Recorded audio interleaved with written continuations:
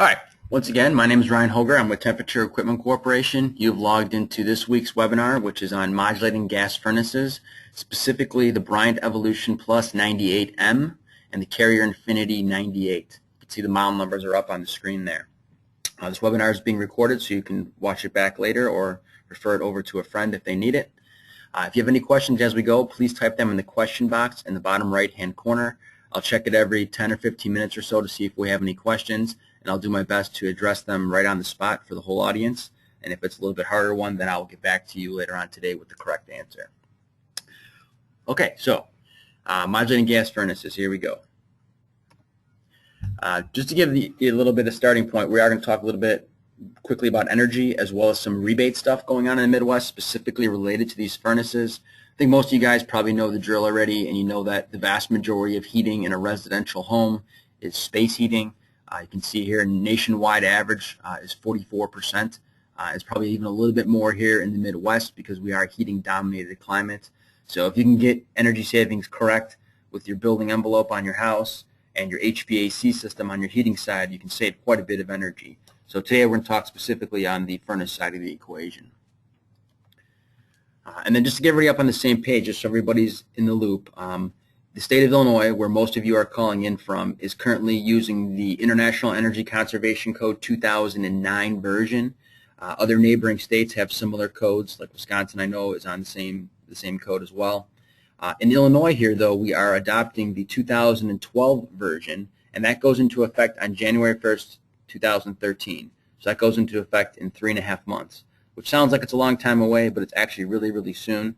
It does not affect the furnaces that you'll be installing in this system, but it will have an effect on your installation practices. So you are going to want to pay attention to these code details as they come out. If you don't already have a copy of the 2012 code, you should probably go ahead and get it. Back in the spring, the state of Illinois did a bunch of free training classes on it. They trained about 1,200 people, I believe, and I think about 900 of them were permit reviewers and building inspectors. So there's still a lot of HVAC folks that need to learn this new code. They will be having additional free classes again starting in mid-October going through the end of the year. So you're going to want to watch for those and get registered for those as they go. Some of the big changes residentially, though, include how you seal your ducts, requirements for duct blaster testing, requirements for blower door testing. So there will be some changes on the installation side of the equation, but the changes with the new code will not affect the actual furnaces themselves. What is going to affect the furnaces themselves is the Department of Energy minimum efficiency standards. So this is a little bit different than the codes. The codes being adopted by the state of Illinois. The Department of Energy regulates manufacturers of appliances, and they do it nationwide. Generally, they change the appliance standard like they did for boilers 2 weeks ago, and there's a new efficiency required for the whole country. However, with this new furnace one, which goes into effect of May 2013, it's a little bit different. They've made a regionalized distribution of how it gets implemented. Normally they do the whole country. This is the first time they've ever tried to do it on a regional basis, which means it's going to be a little bit different and a little bit crazy. So most of you guys on the call are from the Midwest area, so you're in this blue zone. So we have a lot of heating degree days here, over 5,000. So it's a heating dominated climate. There's also 2 southern zones that are not heating dominated. So the rules for the north and the south will be different. Specifically, May 2013, May 1st, for the blue area, which includes Illinois, Indiana, Wisconsin, Michigan, where most of you guys are from, you're going to have 90% furnaces at a minimum. So you will not be able to install something lower than 90%. A couple things with that.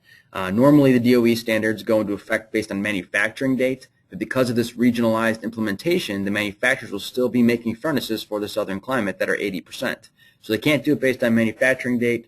So they're currently saying that they're going to do it based on installation date, which means after May 1st, any dealer or distributor with a furnace still in their possession that's 80% is going to have a giant paperweight that they can't get rid of. So you're going to start seeing distributors modulating their stock down this winter and not carrying very many 80% furnaces. So putting a 90% furnace in is not that difficult of a thing in a single-family home. Well, it can be difficult, but it's not impossible. Where you're going to have the impossibility factor is you start looking at some of these multifamily buildings, townhomes, condos, and things like that. So my suggestion to you, even though I love saving energy and I love these condensing furnaces, is that you go to those multifamily buildings this winter and explain this to them so they can decide if they're going to put another 80% furnace in now or if they're going to wait a couple years and then figure out what to do later. In the southern climates, they do have to change their efficiency levels, but they're doing it on the cooling side. they're increasing their minimum from 13 to 14 SEER on the cooling, and they keep the 80% furnaces. In the Midwest, we're going to 90% furnaces, and we're keeping the 13 SEER air conditioners, basically reflecting the fact that the northern half of the country needs more heating, the southern half needs more cooling, and that's where it's best to spend your energy dollars. That's May 1st, 2013, so keep that on your radar. A lot of the utilities in this area in the Midwest have rebates that are for 90% furnaces or better, or 92% furnaces or better in most cases. It's debatable on how many of those rebates will be available next year, because once the legal minimum switches to 90, it's really hard to give you a rebate for doing the bare minimum. But the way it is right now, and I'll tell you what's going on in the neighboring states here, but for Peoples and North Shore Gas, which is the city of Chicago for Peoples, and then North Shore Gas is half of Lake County and a little bit of Cook County. For furnaces specifically, if you put a 92% furnace in, North Shore Gas is a $100 rebate, which is not that much, but Peoples Gas gives you a $300 rebate, which is fantastic. If you put a 95% furnace, then it's $200 for North Shore and $500 for Peoples. And you can see there's tons of other programs available here residentially that are not furnace stuff, but there's other good deals on here. There's also commercial programs available. All of these state of Illinois utilities, their rebates expire on May 31st. New rebates start on June 1st of each year, and they may or may not include these same items.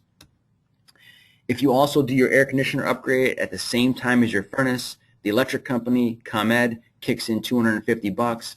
So on the max side there, North Shore Gas for a 95% furnace and a 14.5 SEER air conditioner is $450. Peoples Gas, it would be $750 rebate. When it says 14.5 SEER, that's a match system. The blower from the furnace, the cabinet leakage, the blower from the furnace, the evaporator efficiency, and the condensing unit efficiency have to work together to get a matched 14.5 SEER. On the NICOR side, which is all the suburbs of Chicago, the northern half of Illinois, western part of the state, northwestern part of the state, they have rebates for furnaces as well. Additionally, right now, from July through the end of this month, they have a special rebate called Staycation, which basically gives you additional money on top of the normal rebate. So instead of getting $200 for a 92% furnace and $250 for a 95% furnace, if you put a 97% furnace in on this promo, it's actually a $500 rebate. So if you do a 97 instead of a 95, you get a double rebate, and that expires at the end of September here. So the furnaces we're talking about today, these modulating gas furnaces, both qualify for that, both the Bryant and the Carrier one. So you can get a double rebate if you did one of these furnaces in the next 2 weeks. If you wait till October, it would revert back to the normal $250.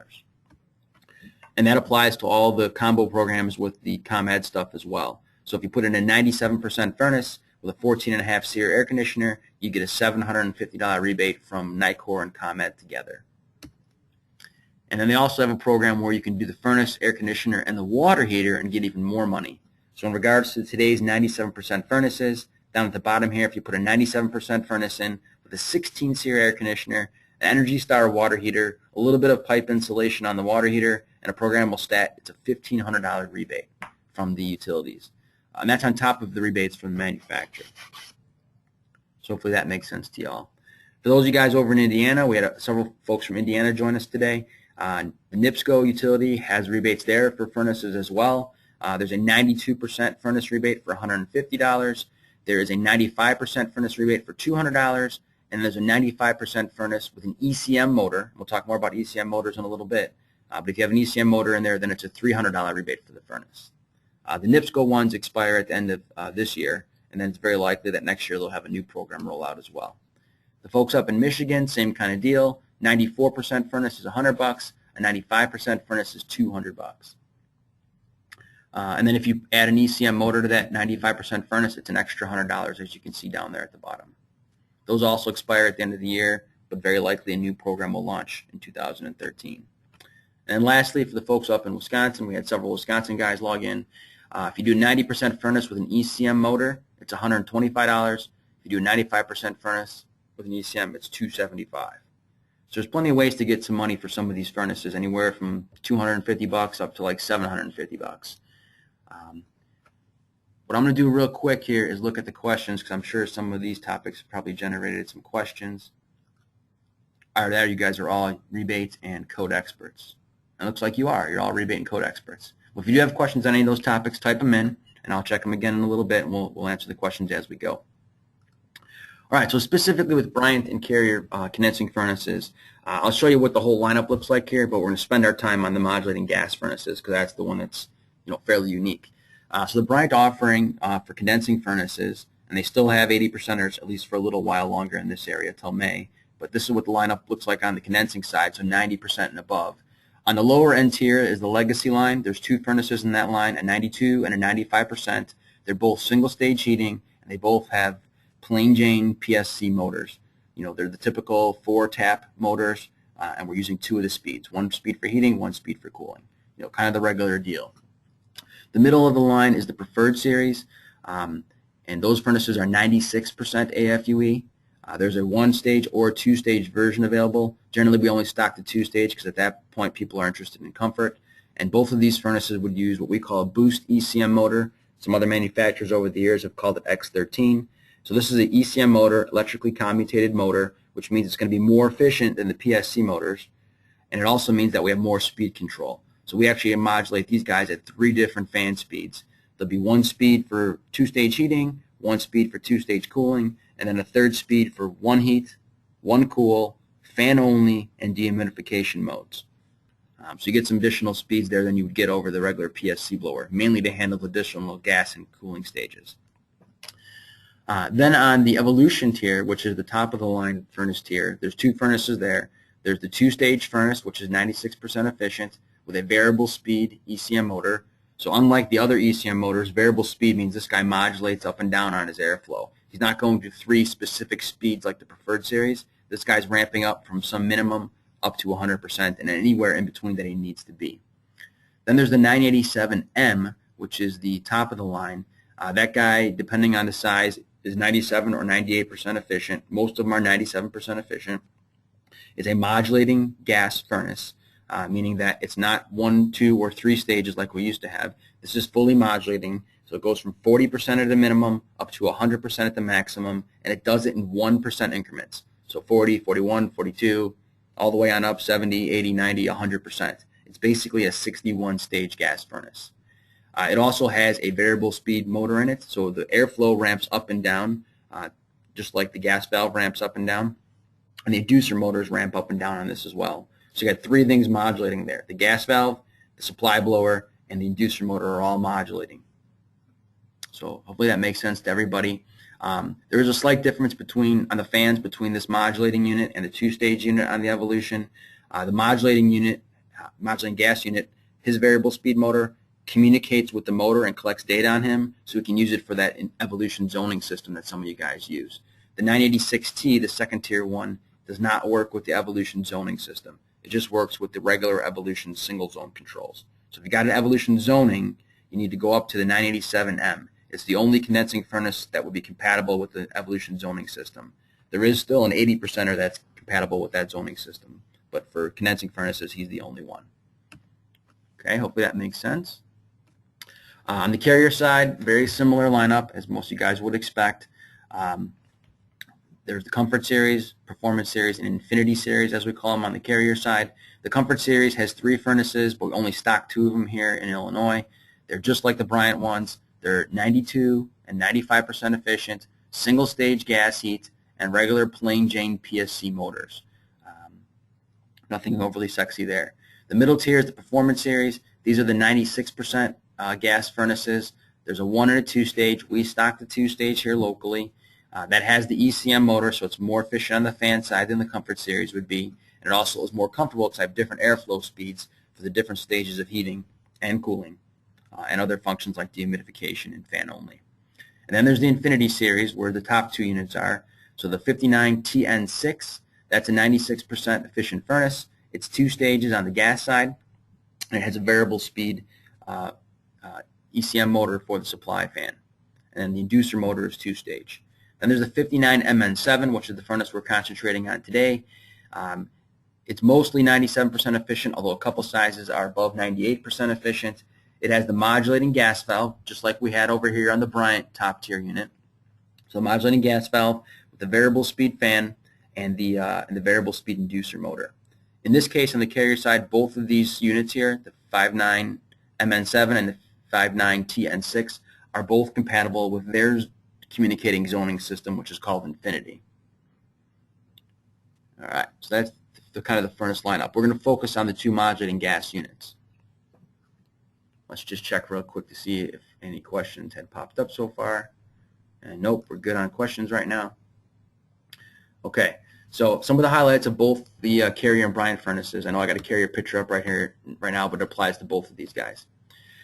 So sound levels are pretty good. We'll talk a little bit about sound in a few minutes here and show you some tools to show the end user what the sound is going to be like. Modulating gas furnaces modulate their gas valve from 40 to 100% in 1% increments. So that means it's a 61-stage gas valve if you want to think of it in those terms, versus our previous furnaces, which were 3-stage gas at the highest end. So I went from 3-stage to 61-stage. So we're able to get very good comfort, and we're going to talk about comfort in the second half of the hour today.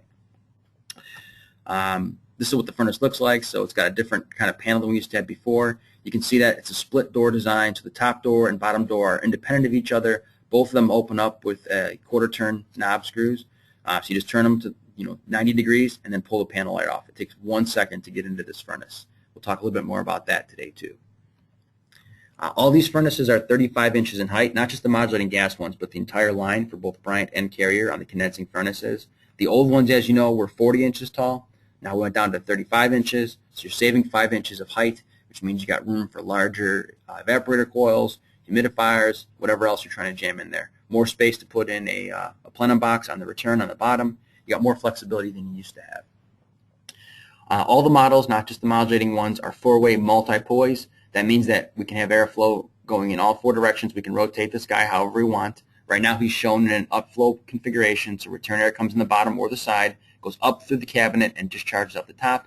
You can flip this guy upside down and he becomes a downflow furnace. You can lay him on his left side or on his right side and he becomes horizontal. So that's the four-way up, down, left, and right. The venting is fantastic. We'll talk about that in a little bit, but you're going to be able to vent this furnace further than you've ever vented furnaces before. And the condensate trap is very easy to rotate, and we'll show you that here in a little bit. We said it's a 2-door access. There is a slide-out blower compartment. I'll show you some good pictures of that as well as we go. All right, so some of the things that are different from what you guys might have expected on Carrier and Bryant furnaces in the past. So we are using a modulating gas valve, which is something new that we haven't had until this year. And we're combining that with a variable speed blower and a variable speed inducer motor. So all 3 of these things are modulating together. Additionally, on some projects, we're combining it with a variable speed condensing unit, or excuse me, a variable speed heat pump, I should say, where the compressor is modulating, the expansion valve is modulating, and the condenser fan is modulating. So sometimes we have as many as 6 different devices on a system that are all in modulation, trying to coordinate with each other. So we do require that all these modulating gas systems do use the Infinity or the Evolution thermostats. You're not using these with regular thermostats. It's got to be the Infinity on the Carrier or Evolution on the Bryant side to modulate these guys. The primary heat exchangers are aluminized steel. So aluminum is a good heat transfer medium, and obviously we're using aluminized steel instead of regular steel because we have condensate involved, so we want this thing to last longer. The secondary heat exchangers are stainless steel heat exchangers. So you'll see some pictures of those in a little bit. These guys are 97% AFUE in all orientations, all sizes, all models. So that's the worst AFUE that it has. Doesn't matter which airflow size you pick, which BTU size you pick, or which way you rotate this thing. 97% is the worst you're going to be rated at. And you see some of them actually get up above 98%. Officially speaking, the Carrier Infinity 98 is the most efficient gas furnace on the market. And then to qualify that, it's a 98.5% AFUE for a very specific size, 59 MN7 AO60. The other sizes will be between like 97.2, I think it is, and 98.5, depending on which size you got. All right, we said it's 35 inches tall. Also new to the Carrier side of the equation, and Bryant as well, is that there's also a 14-inch width cabinet. We didn't have one that skinny before, so that's going to help us out with some of these multifamily condo-type jobs. Obviously, we're still going to have the venting issue when we go to retrofit those buildings, but at least the furnace will physically be able to fit in the closet that's physically there. So 14-inch new width. I still have a 17, a 21, and a 24-inch width. We can vent these guys in multiple directions. I'll show you that in a little bit. We'll just show you some of these as we go. So there's the heat exchanger setup. So on the top here is the primary heat exchanger. Like I said, it's aluminized steel. So up on the top, this is a 4-cell furnace in this particular case. Obviously, the bigger the furnace, the more cells we'll have. The smaller the furnace, the less cells we'll have. This one happens to be 4, so we'll have 4 flames lining up with this heat exchanger here. So the flame will go down the heat exchanger, so all our combustion products are moving through this way. And it actually moves along the top here. It looks like it zigzags up and down, but it really just moves along the top, and this is just to spread out the heat. And then when we get to the back side here, and hopefully you guys can all see my mouse, it makes a 180-degree turn and goes through all these individual tubes. As you can see them coming out here, and all those tubes have fins on them. So it's aluminized stainless steel on the top, aluminized steel on the top, and stainless steel on the secondary down here. I don't know how well you can see it, but there's also these little tabs sticking out of each one of these tubes. Those little tabs are, if you pull them out, they'd be like little corkscrews. Their job is to turbulate the combustion air, to mix it up a little bit, and get some of that air in contact with the outside of the pipe, which allows it to transfer heat over to the fins. So, it's helping you out with another 0.1, 0.2% efficiency by having those little turbulators in there. So this is what the services look like for this particular unit. The nice thing about this unit, the modulating gas unit, as well as all of the units as part of this 90% condensing line, is they can all pretty much be serviced from both ends. So by that I mean combustion air can come in the left side of the furnace, and come in the right side of the furnace, and come in the top of the furnace, and it can even come in the bottom, which we'll show you here in a minute. Exhaust air, same thing, left, right, top, or bottom. The condensate trap can be drained on either the left or right side of the unit. Return air can be left, right, or bottom. Electric can be left or right. Gas can be left or right. So everything can pretty much come in on every side of the unit, so it makes it much easier to retrofit. One thing I will mention to you is that the nameplates on these are all set up to be in the upflow configuration. If you flip the furnace upside down and make it a downflow, please flip the nameplate over so it looks correct. If you lay it down horizontally, then the nameplate is going to be sideways. There's no way to rotate it the other way. And do not drill holes in the cabinet to make it look like it's the right way, because every hole in these cabinets needs to be sealed up. These furnaces are a newer style furnace, and to get the efficiencies we needed, had to change the design of them. And one of the things that's different than older furnace is that this whole top half of the furnace is my combustion vestibule, if you will. So there's no longer sealed combustion compartments in there. The whole top of this guy is the combustion compartment. So this door is gasketed, and every penetration we make is going to be gasketed. All of these gaskets ship with the unit in the loose parts bag, but you do have to plug all these things up where you make a penetration. So this is just showing you some of the different services: combustion and vent piping on top, left, bottom, and even right and even bottom. Gas every side, electric every side, and so on. But all those penetrations need to be sealed with the grommets that are provided. This shows you kind of a blown up detail of some of the components here. I'll point out a few things.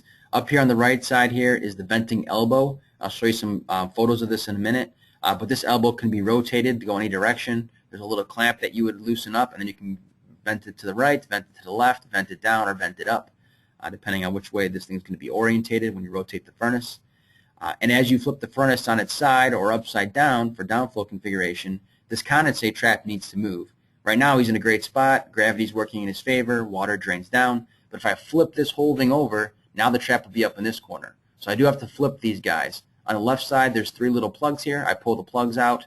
On this side over here, I take the screws out of the condensate trap, and I flip the plugs in the trap. It's pretty easy to do. So depending on which way you orientate the furnace, you may have to rotate the venting elbow, and you may have to flip the condensate trap. Other than that, this guy can pretty much go any angle you want.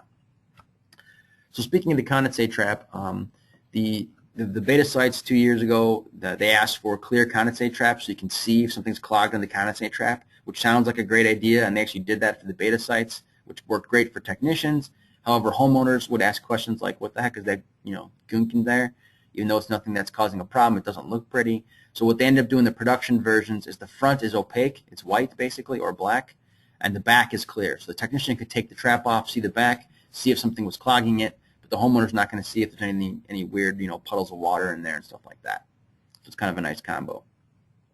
So in terms of venting, if I have the furnace installed in the upflow configuration, these are my venting choices.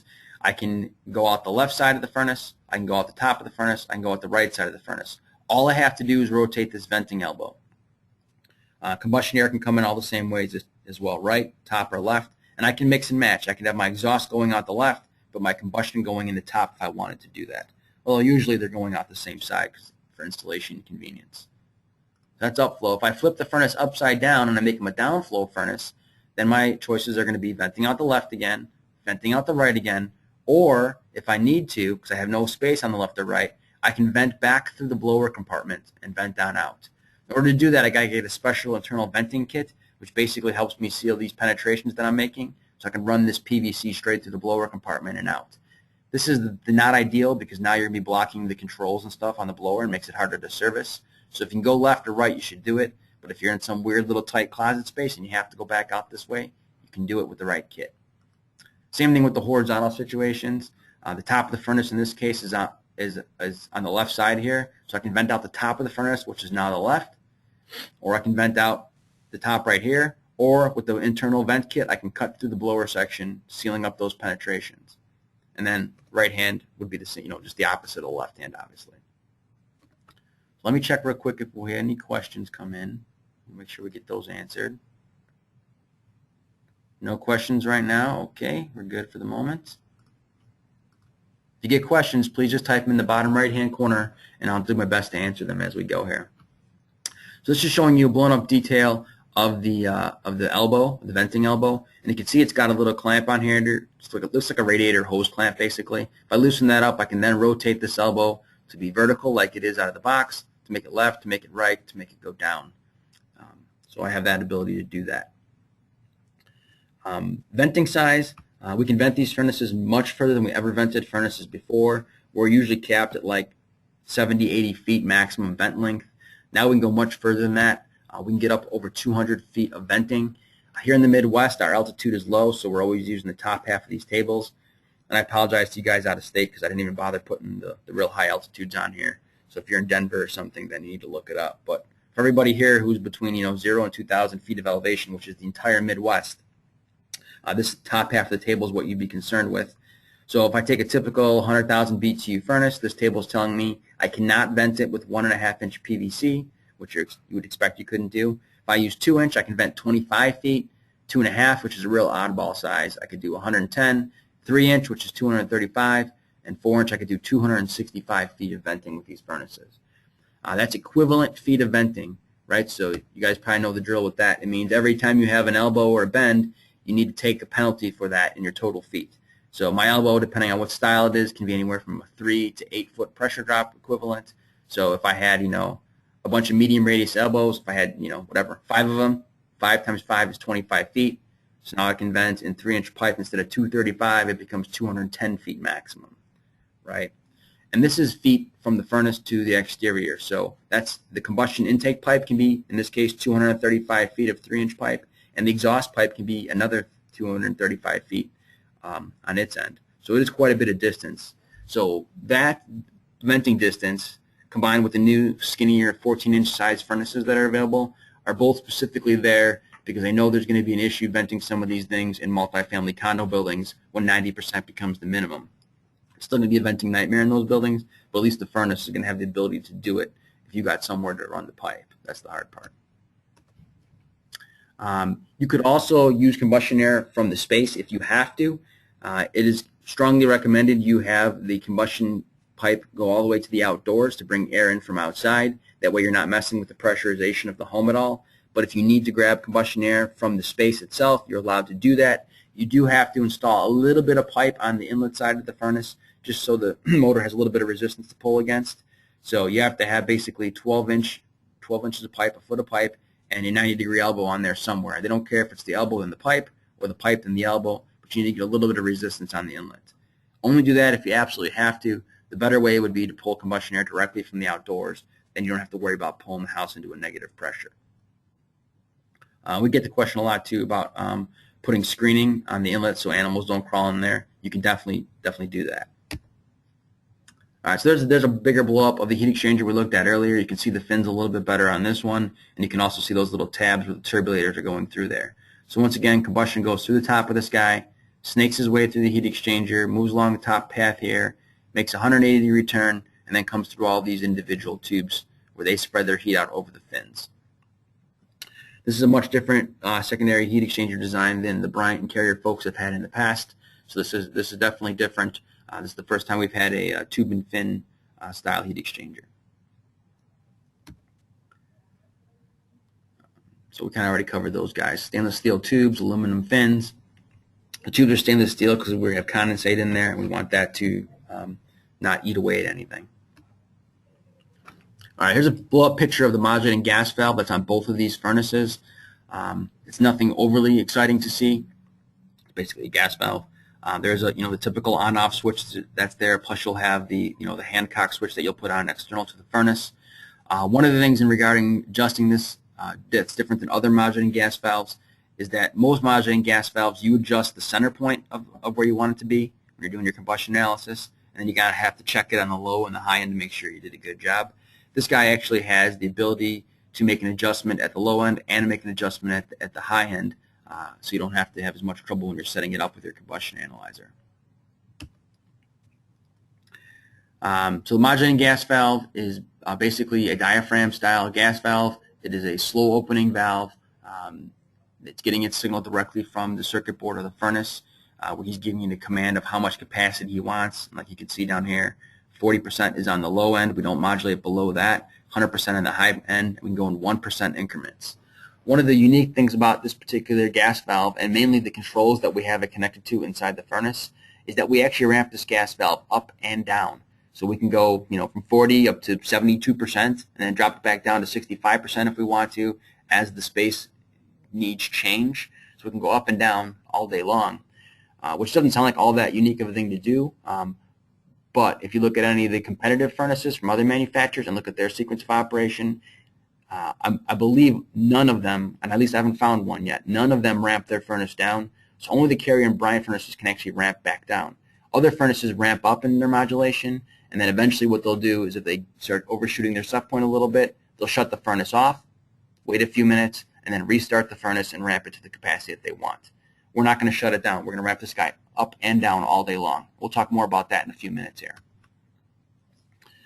Here shows you the detail of the blower assembly on these furnaces. If you take two screws out of here on the left and right side, you can actually slide this blower out on the rails.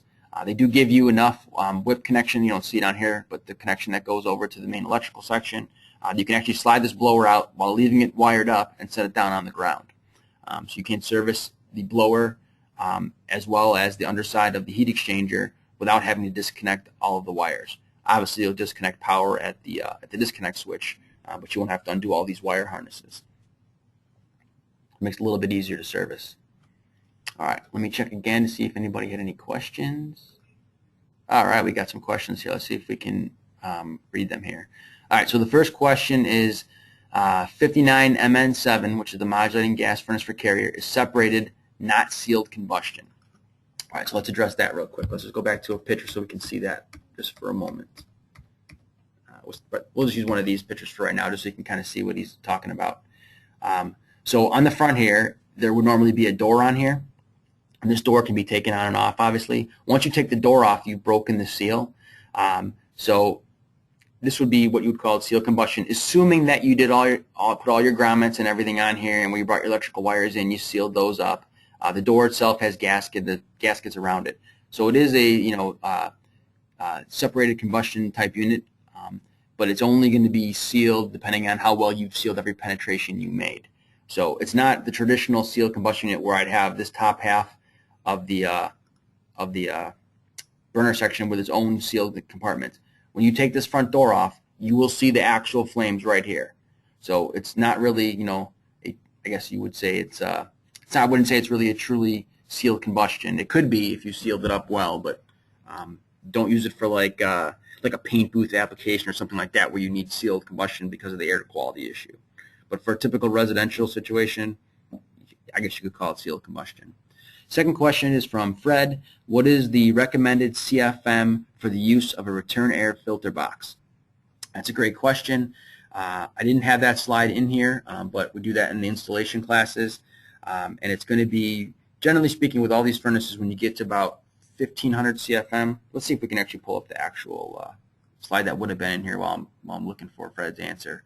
I think it's 1500 or 1600 CFM. Let's see. yeah, 1600 CFM, you're going to have to do it. Although a lot of guys are starting to do it on 3-ton units just because the airflow requirements are, with all the gadgets and restrictions you have on there, it's starting to become a little bit more important. Let me pull up that exact page for you, and you can see what he's talking about for everybody who didn't understand it. Where are we at? Okay. So this kind of is probably the best way to illustrate it for you guys. So what Fred's asking is that once I get to a certain airflow, I'm not going to have the ability to get enough airflow into the cabinet from just the side. If I bring all my airflow in the bottom, no problem. If I have an upflow application, I'm bringing all my return air in the bottom, going through the cabinet, no problem. I never need to have a plenum box. However, most installations are more like what we have here in the middle, where I'm bringing the return air on the right or left side.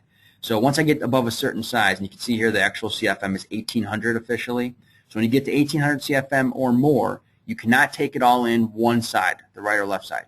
You either have to bring it in the bottom or bring it in the left and right side both, or do like Fred's talking about, put on a plenum box where I can bring air in on the right side through the side of the cabinet, also still on the right side as far as the application is concerned, but it goes into this plenum box and then can go up to the bottom. So from the furnace perspective, he's getting air on the right and on the bottom, so he's getting it on two sides. When you get to 1800 CFM, you have to do this per the user manual or the install manual. However, I'd probably recommend when you get to like 1500 CFM or so, you start looking at it, because some of these units, some of these systems have restricted ductwork, more restrictive filters than you used to have in the past, more junk in the discharge air like humidifiers and UV lights and all this stuff that's just adding to the resistance. But the manufacturer specifically requires it at 1800 CFM. All right, so let me just close that real quick. We'll go back to the next set of questions. Can't get that closed. All right, so there we are. We're back to our regular screen we were on.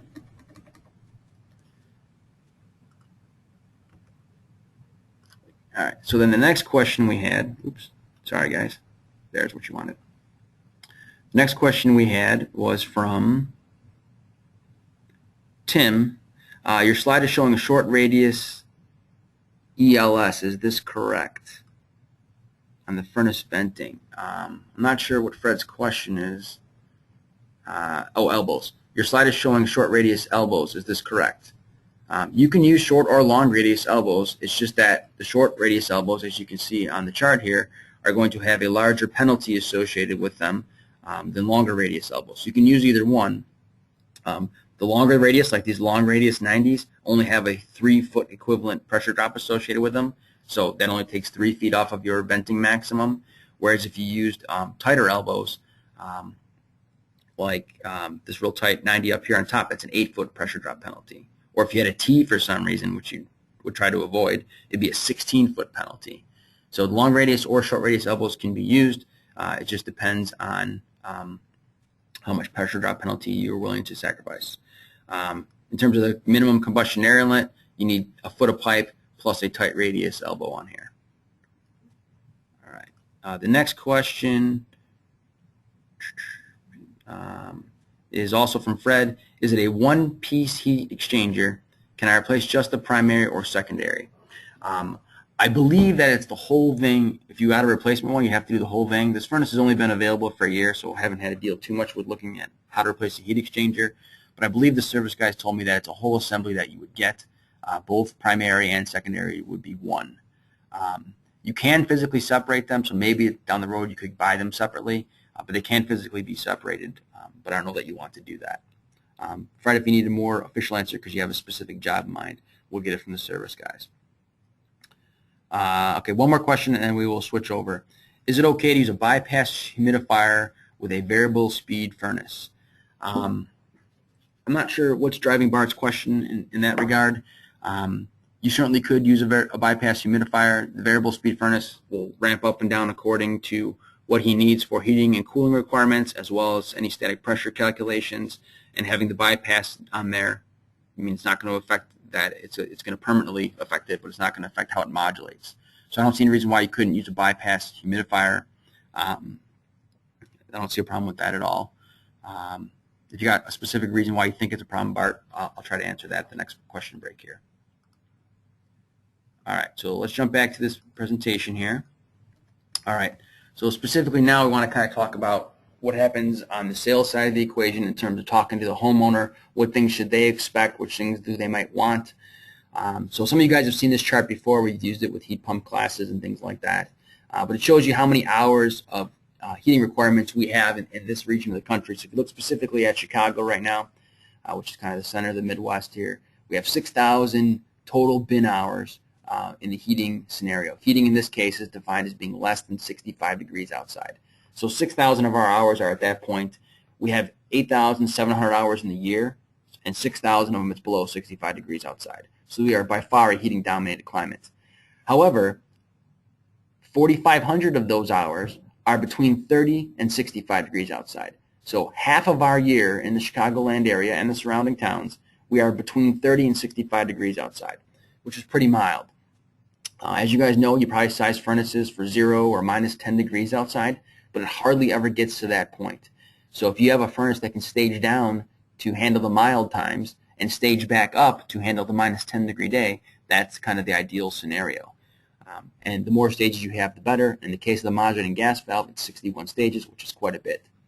And even if you look at more hours, between 20 and 65 degrees outside, it's 5,400 hours. Another way to look at that is we only have 600 hours where it's below 20 degrees. So 10% of our run hours are below 20 degrees, and 1% or less of our run hours are below 0 degrees. So we size this thing for minus 10, but it is very unlikely that we're going to have any time we actually operate at that point. We just kind of have to do that because every once in a while it is minus 10 and people need the heat. But the rest of the time I'd like to be able to throttle my furnace back as much as possible. This is the same information, just looking at it pictorially. All these red bars are showing you heating time. All these blue bars are showing you cooling time. So we are definitely a heating dominated climate, and you can see all the tall bars. You know, right here where my mouse is, anything above my mouse is 600 hours. So in this 5 degree band here, 600 hours, 500, 450, 500, 600, 700 hours. Most of our time is up here between 20 and 60 degrees outside. Very little hours are here where it's very cold.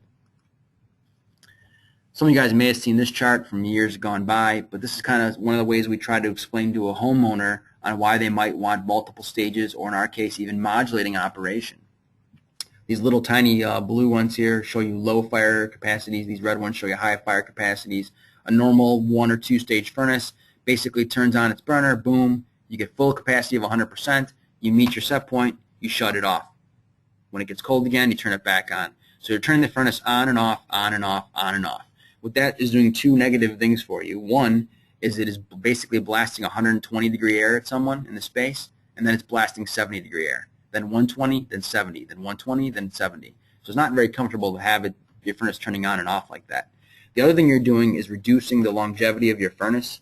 I know intuitively in your head you might be thinking, oh, if I keep my furnace running and the modulating gas burner always operating, it'll probably wear out sooner. But that's not really how things work. Mechanical components fatigue and fail as they expand and contract. And in the case of a furnace or even a compressor, they expand and contract as we heat them up and cool them down. Heat them up, expand, cool it down, contract, expand, contract, expand, contract. Every time I cycle your furnace on and off and I'm blasting 120 down the duct, it's really like 400, 500, 600 degrees over inside that heat exchanger.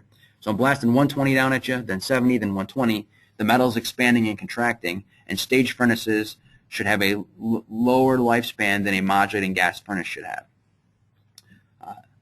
So we're going to increase the length of these furnaces by having modulating gas. We're also going to increase the comfort level.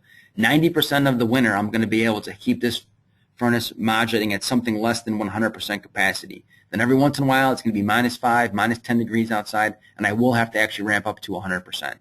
But that's going to be very slim time. Most of the time, I'll be throttled back down. So I don't want a furnace that just blasts 100 or 50% on all the time. I want something that modulates up and down and changes with the outdoor air temp.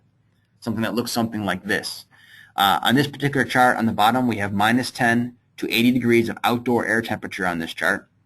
On the left side, we have BTUs required from 0 up to 6,500 BTUs for some particular house, right? So this guy at -10 degrees needs 65,000 BTUs right here where my mouse is at. As it gets milder outside, he needs less and less BTUs, right, as you would expect.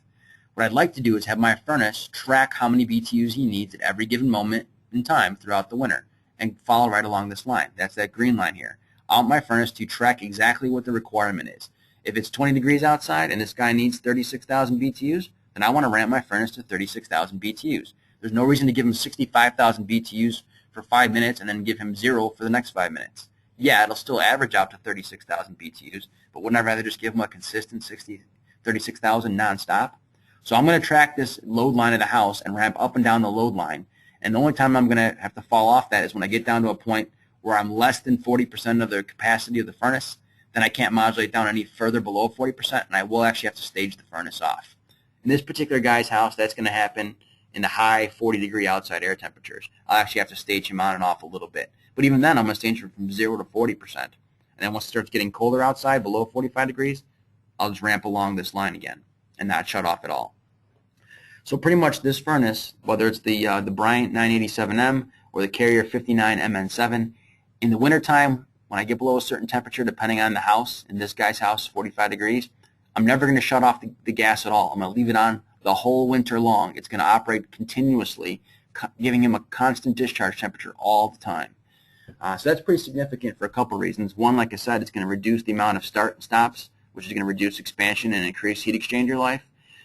Two, it's going to improve comfort, because instead of having 125 degrees blasting at you and then 70-something, it'll be a nice, consistent, whatever it ends up being, 105 degrees or something like that, whatever your house needs. So it'll be consistent discharge air temperature, so I won't get, that I guess, draftiness, I guess you might want to say. But on the homeowner side, you're going to have to explain this to them in advance, because in their mind, when they see that their burner never shuts off, they're going to think they're wasting gas. Sure, when they get 2 or 3 months worth of gas bills, they'll see that that's not a problem and they're actually saving money, but at first they're going to freak out. So you need to explain this to them before you sell them this furnace.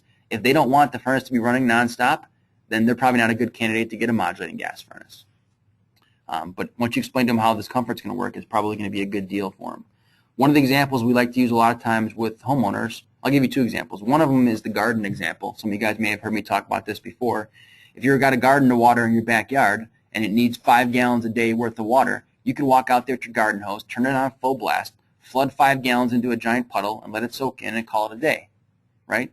Or you can get one of those soaker hoses, right? Lay it down the middle of your garden. It's got those little perforated holes along it. Turn your water on for the next several hours and let that water leak out slowly into the garden. Which one is generally better for the garden? Most of you guys are probably saying it's a soaker hose. That's the preferred way to do it. We like to have a long soak as opposed to one big splash of puddle, right? Same thing here, right? How much water did I buy? I bought 5 gallons of water either way. Either 5 gallons dispersed in 5 minutes or 5 gallons dispersed over the course of a half a day. It's still 5 gallons. Same thing here. I'm going to buy X amount of therms from the gas company. I don't care from an energy standpoint whether I get them all in 5 minutes or whether I get them throughout the entire hour. It's still the same amount of therms I needed to heat my house. I'd rather just have them distributed evenly throughout the day to give me better comfort and the same or better energy usage. So the benefits of modulating gas are going to be longer, gentler heating cycles. Gentler meaning I have consistent discharge air temperature. So I'm not going to get those sensations of having drafts from the on and off cycling of the burner. Even though you guys are using continuous fans, right, your variable speed fans, running them all day, you're still changing the air temperature from hot to cold as the burners kick on and off. You can make that problem go away with the modulating gas. Generally, I'm going to get better distribution and less stratification throughout the home as I'm continually dumping air into each individual room. I'm going to continue to get good mixing throughout the room as opposed to hot and cold air. My deviation from set point is going to be very minimal. The fact that this gas valve can ramp up and down, unlike competitors' modulating gas furnaces, means that I'm going to have my space temperature be nuts on within a tenth or two in terms of temperature. So I'm going to control this gas burner based on what the thermostat is seeing for his current temperature and what he's looking at in terms of his set point. So that's one of the reasons why I can't use a regular thermostat. That thermostat would just kick on and say, I want heat, or I want 2 stages of heat. That's not enough detail for this particular control sequence. I need to know what is the current space temperature and what is the current space temperature set point, how far away am I from that set point, and how fast am I changing my actual temperature to get to the set point. For you guys familiar with commercial stuff, this is basically a PID loop. I'm calculating how fast I'm getting towards my set point so I can back off on the gas and keep it right on. It's kind of like cruise control in your car, right? The car, if you come to a hill or a truck cuts in front of you and you slam on the brakes and then you hit the resume button, At first, your car is going to gun it to get it close to the miles per hour you need, and then it's going to back off on the gas, so you end up right at the whatever 65 miles per hour you were targeting. Same thing happens here. You come out of setback in the morning, it's going to ramp up that gas pretty high to get me close up to my set point. Then it's going to start backing off on the gas and keep me hovering right around my exact temperature that I want. So in terms of, let's look at some questions real quick to see if we had any questions about that side of it. Okay, we're good on questions for the moment. In terms of energy costs, there's a couple different ways to calculate the energy. One of the ways we do it with both Carrier and Bryant is we use what's called the online op cost calculator. If you have an HVAC Partners login, you can use this. If you don't have one, you go to hvacpartners.com and click the request a login button, and then that's how you would get one. But if you go under residential and then either under Carrier or Bryant residential, depending on which one you're dealing with, go to software tools and online op cost calculator. That's how you would get to it. So there's a Carrier version and a Bryant version. They work the same kind of way. So the way you look at these guys, if you haven't used one of these op cost calculators before, it's a simple, quick, 5-minute tool. So it's not perfect, but it gets you pretty close and gives you a comparison of how these things work. So on the left side here, you put in your heating load. So not the size of the furnace that they have, but the actual load. If you have not yet done a load calc, if you want to just be simple about it, at least put in the output BTUs of the furnace, not the input BTUs. The output will be a little bit closer to the load. In this case, I told it I had 0 cooling needs because I wanted to be able to see the energy associated just with the furnace. I didn't want to see the whole thing in this particular example for this particular class. In this case, it's a Melrose Park, Illinois zip code, but you can put any zip code you want in. Put your gas costs in. If I was in Illinois doing this again today, I'd probably use 80 cents a therm and 11 cents a kW, but at this point in time, back when I did this one, I did it at $1.10. Then you get 4 different systems that you can compare. You get the base system, which is usually what they have now, or if you happen to be doing a new construction deal, then you would put in the bare legal minimum, which is what I did here. So I put in an 80% furnace. You could pick it by model number, in this case Bryant model numbers, or you can pick generic ones. If they don't have a Bryant furnace today, you could pick a generic 80 or 78 or 60-something percent furnace and plug that in. So this guy's 80% furnace. For this particular size house in that zip code with those utility costs, it's estimating it's going to cost me $2,800 to heat that house. $470 is related to the fan energy. $2,300 is related to the natural gas costs. Then in this case, I put in different furnaces of different types to try to save them some energy. Investment number 3 in this case was a 987 MA Bryant furnace, which is a modulating gas furnace. He's 97% AFUE in this case, so he's only going to cost me $2,000 to run to heat this place. So I'm going to save $800, $2,800 down to $2,000 in this case. Some of that's on the fan side because I got the old PSC blower in here, which is $470 to run. Now I'm going to spend $80 to run this variable speed ECM motor. So I'm saving half of my energy, not half, almost half my energy on the fan side, and I'm saving $400 or $500 on the natural gas side for a total savings of $800. $800 is a very nice savings over this existing legal minimum furnace you could buy. Obviously, it'll save even more over an older furnace. However, $800 is not that much savings over a 2-stage furnace with the same type of heat exchanger and so forth. So you can see this 986 TA on investment number 2, he's going to save $750 over the old furnace. The modulating gas one's only going to save $800. Really, the modulating gas is only getting me $45, $50 more energy savings per year. It's not that much more. So you're not going to be selling a modulating gas furnace based on energy savings. Yeah, it's going to save a lot of energy compared to a regular furnace, but not that much more energy compared to a 2- or 3-stage gas furnace. The reason they would pick modulating over 2-stage is going to be comfort driven. If they want that consistent discharge air temperature, more even temperatures throughout the house, that's when you pick the modulating gas. Those were versus natural gas. If you look at a propane customer, here's a Carrier one. I'll show you the Bryant one just to keep the model numbers consistent with what I just showed you. Everything I kept was exactly the same. I just checked the LP button instead of natural gas. And now you can see the savings are going to be a lot more because LP costs a lot more than natural gas, but it's still going to work the same way. Efficiencies are still going to be basically the same, but the savings will be more. I'm saving $1,300 instead of $800 over the base system. But you can see it's pretty expensive to run propane. The last thing we'll talk about is sound levels. This Carrier Infinity 98% furnace is the quietest furnace you can buy. Specifically, the 59MN7A06V17 is the quietest version of any furnace that any manufacturer has on the market. So this Carrier Infinity furnace is both the quietest and most efficient in terms of what the marketing people say. But you can see it's two different model numbers that are the quietest or the most efficient. So, but overall, these are very quiet furnaces and they are very efficient furnaces. But they do have the market leader in two different sizes for sound and for energy.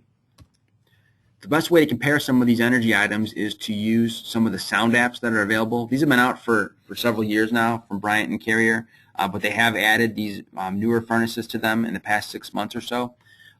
So the app is available for iPhone or iPad, or you can just do it on the regular website. There's the websites down there.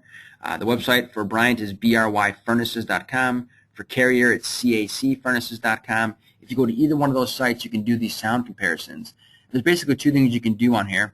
One is you can read about how the test sound lab works. Basically, you're going to find they have a giant reverb room that they bring furnaces into. There's existing ductwork in there and venting pipe and all that. They put one furnace in, put a microphone in there, record the sound, take that furnace out, shove another furnace in, record it, another one record it, another one record it. And they're doing this for not just Bryant and Carrier furnaces, but other manufacturers' top-of-the-line furnaces as well. And then what you can do on this app is say, okay, I'm going to compare a Bryant such and such to a whatever, a Lennox or a Goodman, blah, blah, blah. And you can compare those two and listen to the sound clips side by side to see which one's louder at low fire, which one's louder at high fire, or even that startup mode. And in most cases, you'll find the Carrier and Bryant furnaces are quieter. Every once in a while, someone else has a quiet furnace on there too, but usually, on average, the Carrier and Bryant top-of-the-line furnaces are quieter than the competitors' top-of-the-line furnaces. So there's a Carrier version of it and there's a Bryant version of it, and you can download those for iPhone or iPad. There's not a Google version of that yet. If you want to download the app, you actually have to get it from partners. It's not on these websites. These websites just allow you to play the video clips on your laptop. If you want to do it on your phone, you got to download the app from that hvacpartners.com. Same website as they had the energy calculators. All right, let's see if we had any more questions that I can answer here for anybody. So we don't have any other questions at the moment. I'm going to stay on the line for a couple minutes. If anybody has a question, go ahead and punch it in right now in the bottom right-hand corner, and I'll try to answer it. Otherwise, my contact info is in the bottom left-hand corner of the screen. You're welcome to send me an email or call me later if you want to talk about anything furnace-related, codes, rebates, modulating gas, anything like that. And I thank you guys for your time. A recorded version of this webinar will be posted shortly at the exact same link that you came to this first webinar at. And if you need that link again, just send me an email and I will send it out to you. It looks like we don't have any other questions at the moment, so I'm going to go ahead and close it off and then just send any questions to me later after the fact. Thank you guys for your time.